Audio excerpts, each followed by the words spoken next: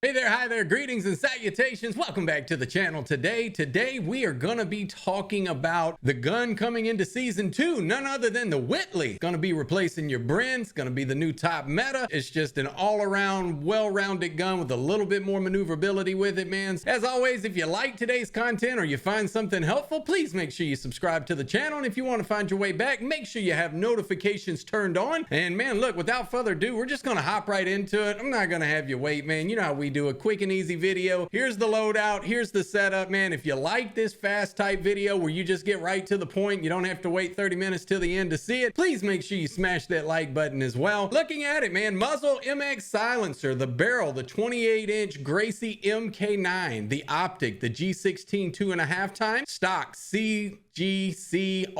Say that 3 times real fast. Underbarrel M1941 hand stop. Your magazine, we're gonna leave it alone and we'll explain all that when we go through these attachments. Ammunition's gonna remain lengthened. Your rear grip's gonna be the polymer grip. Your perk's gonna be hard scope, and your perk 2 is gonna be fully loaded. So looking at it, right, going through the attachments, looking at the muzzle, you do have other options. A lot of people might say the mercury silencer or the recoil booster, but just so many negatives there, right? You're gonna lose accuracy even though you'll gain fire rate. You're gonna have sound suppression and horizontal recoil control increase, but you're gonna lose damage range. The MX silencer is gonna increase that sound suppression, the vertical recoil control, and the horizontal recoil control, which is key to controlling this thing, because if you've played it with no attachments, that thing shoots straight up, man. It's like a little rocket going into the sky. You are gonna lose a little bit of ADS speed with the MX silencer, but we're gonna make up for that as well. The MX silencer and the 28-inch Gracie MK9, those two attachments basically are gonna hide you from the minimap and vastly increase the range, the recoil control, the bullet velocity, and then of course our optics, the G16 2.5 times, and that's going to be perfect for that medium to long range, because that's what we're building this as. And like I said, it's your replacement for the Bren, right? So looking at your barrel, of course, the 28-inch Gracie MK9, you're going to gain on your recoil control and accuracy, your flinch resistance, your reduced scope, sway, and gun bop, and your bullet velocity, which is what you want if you're trying to get range, right? You want that bullet to travel and still do damage when it gets there. You're still losing a little bit on ADS. In movement speed, somewhat, it doesn't really affect it too much, and then your sprint to fire speed. But let's face it, man, if you're running with an LMG, you're not really trying to sprint to fire, right? Like this thing's big, it's a tank, but when it hits hard. So what we want out of the barrel is just to get the most distance and bullet velocity,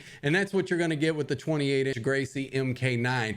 Your optic, you could kind of go a few ways, right? You could do the slate reflector, you could do the 2.5 times, you could come down and do the slate 2.5 time custom, or even my favorite scope, right? The SVT 40 PU scope 3 to 6 times. But the only thing is that one's still hurting your ADS even more than the 2.5 times, right? And with the 2.5 times, you're still getting a decent amount of magnification. You're still getting your accuracy, your compact scope, it's small, right? And you're getting more recoil control. And I think you're going to see the trend here when we start talking about this gun, that it's all about recoil control. And I'll take time and show you what that looks like as well at the end of the video compared to with no attachments. Going back and looking at our stock, man, we're gonna rock this CGCR4 stock. And again, recoil control, there's that key word again. Recoil recovery, movement speed, and accuracy. So now we're starting to pick up a little bit more of our momentum that we lost with the first few attachments. The CGCR4 stock, it's gonna further help with that recoil control. And with that, we're gonna pair it with this M1941 hand stop. This thing basically offers no downsides. You're going to lose a little bit on hip fire accuracy. So what, right? We're talking about an LMG, but you're also gaining recoil control. There's that word again, and accuracy. And with this thing, man, you want it to be a laser. You want it to just be straight on and straight forth. And that's why we're going with these attachments. And again, when I show you the gameplay of it shooting with attachments and without attachments, you'll kind of start to understand what I'm talking about and why this build is probably the most important build you can have when it comes to this gun, because it's going to help you control it. It makes recoil almost non-existent with this thing. It's very manageable. The magazine, we didn't really mess with the magazine, right? The downsides to the magazine attachments are pretty major, so I didn't equip one, but the 30-06 45 round mag might be the best option if you don't mind having a fewer bullets in the mag. But me personally, I just, you know, yeah, I mean, I guess it does help with reload quickness, but look, man, you're suffice running this thing with just the base mag that comes with it. I see really no reason to add that or take away anything else from the gun. Ammunition, of course, we're gonna run is lengthened, right? We're back to bullet velocity because we want this thing to hit medium to long range, and we want the bullets to get there and get where we're aiming and all that good stuff. So of course, lengthened, since you're using it as a long range class.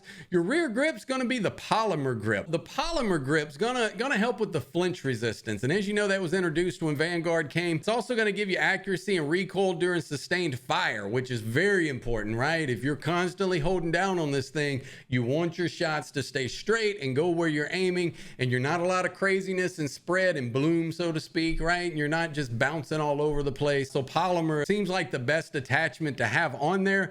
If I had to change something, maybe stippled grip. It's because it gives you a little bit of recoil recovery and initial firing recoil. But overall, I think you're going to get the best bang for your buck out of the polymer grip. Now, taking the polymer grip, and we're going to pair it with the perk hard scope, right?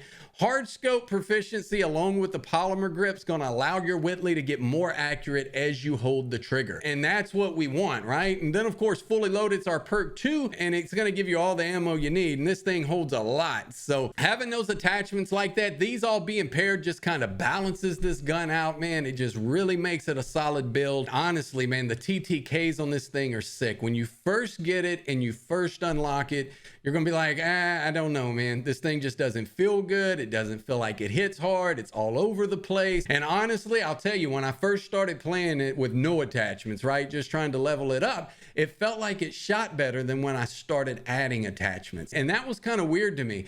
Because when I finally unlocked the 2.5 and put it on there and went to shoot, like I couldn't even control the thing. And I was like, wait a minute, man, like, is this thing going to be viable, or is it just like they just put a dud in the game? But as I unlocked it, I'd say you have to get up to about level 58 with it. You should have most of this unlocked. I think polymer is going to come as you get closer to level 70, but everything else in between. And again, like I said, you can put stippled on in place of polymer, but it's pretty easy to get this thing up to a meta build to be ready to use in Warzone without having to max it out. But once you do get level 70 and get polymer on there and you have all these attachments in place, this thing, man, it is truly just butter. It is going to be the new meta. It's going to take over the Bren. It's got a decent TTK on it, and it's got a hard hit to it, and it's just accurate, man. It's just accurate. To me, it just feels better than the Bren. Hits harder than the Bren. Try this loadout out, man. I know you're going to like it. Come back. Let me know what you think in the comments as well. Tell you what we're going to do now. We're going to switch over, and I'm going to show you what this thing looks like when you're shooting it with no attachments on it, and when you're shooting it with the build that we're talking about, right? So let's hop right into that real quick. So we hopped into a game of Plunder. I know I'm a bad teammate. I just hopped in here, man. It didn't even turn off the fill thing, but this is your Whitley with no attachments on it, and you can see this thing just climbs up and to the right and just keeps going and going and going and going and going forever, man. Like, this thing is just a monster. So and you can kind of see that pattern there, right? It's just up and away and away and away, and the longer you hold on it, the further it's gonna go. So what we're gonna do is we're gonna come back to the same spot right here, man, and we're gonna drop back in, and I'm gonna show you what it looks like with the attachments on it. All right, so here we are back at the same spot again, 24 meters out. This time we've got it built out with the attachments that we talked about, got the scope on, got everything that we went through, and this is now what your recoil is gonna look like with the new build, man, once you get it leveled up and get it the way that it should be. Got a little bounce in the beginning, and then that thing just kind of holds steady, man.